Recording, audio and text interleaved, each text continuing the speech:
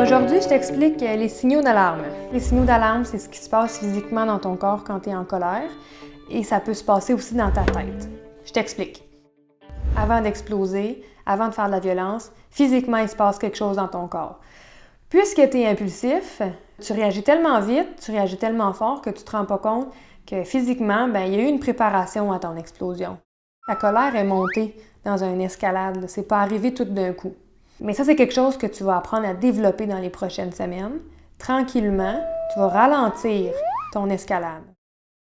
Au lieu de passer du vert au rouge tout de suite, tu vas passer du vert, tu vas développer une zone jaune, puis après ça, tu vas arriver au rouge. Vert, tout va bien. Jaune, tu sens que tu commences à être en colère. Rouge, t'exploses.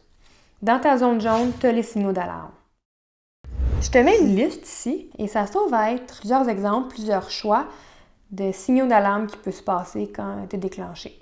Peut-être que toi, quand tu es fâché, tu te dis « j'ai chaud, je vais transpirer, j'ai une pression dans le chest, je me sens tendue, je serre les poings, je serre la mâchoire, je me mets à lever le ton, mon cœur il bat plus vite, je prépare ma réplique dans ma tête, je sac dans ma tête, j'insulte dans ma tête. » Tout ça, ça se passe avant que tu pètes une coche. Je te donne un exemple. Tu es assis sur le divan à la maison, ta conjointe te demande de l'aide pour le souper. Tu commences à taper du pied, puis tu respires rapidement, mais sans t'en rendre compte. Ta conjointe, elle vient te voir et elle te demande encore de l'aide pour le souper. Tu réponds « Ouais, j'arrive ». Mais là, ton visage change, il devient rouge, puis tu te mets à chialer dans ta tête. « Je suis pas capable d'avoir la paix ». Ta conjointe revient te chercher et répète qu'elle n'a pas envie de faire le souper tout seul.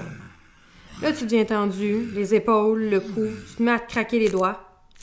Tu te lèves puis tu te dis « m'en va manger au resto, débrouille-toi tout seul avec ton esti de souper ». Tu claques la porte en sortant de la maison. Ça, c'est une belle situation d'escalade. Avant de faire de la violence, il s'est passé quelque chose physiquement. Imagine si tu es capable de l'identifier puis de faire ton temps d'arrêt quand tu vis ces signes-là. Tu vas éviter la violence. C'est à ça qui te sert ton signal d'alarme. C'est vraiment le signe qui flash puis qui dit « Attention, attention, il faut que tu quittes le lieu, il faut que tu changes de place. » C'est ton signe qui dit « Là, j'applique mon étape numéro 1 du temps d'arrêt et je quitte le lieu. » Si tu fais partie des gens qui n'est pas capable d'identifier tes signes tout de suite, c'est pas grave, ça va arriver. Cette semaine, observe-toi. Qu'est-ce qui se passe? Puis viens revoir la vidéo si jamais t'as explosé. Viens revoir ta liste. Questionne-toi. Donc, quitte le lieu du conflit quand tu sens ton signe ou encore observe-toi, voir qu'est-ce qui se passe dans ton corps quand tu es en colère. Puis on s'en reparle. Bonne pratique!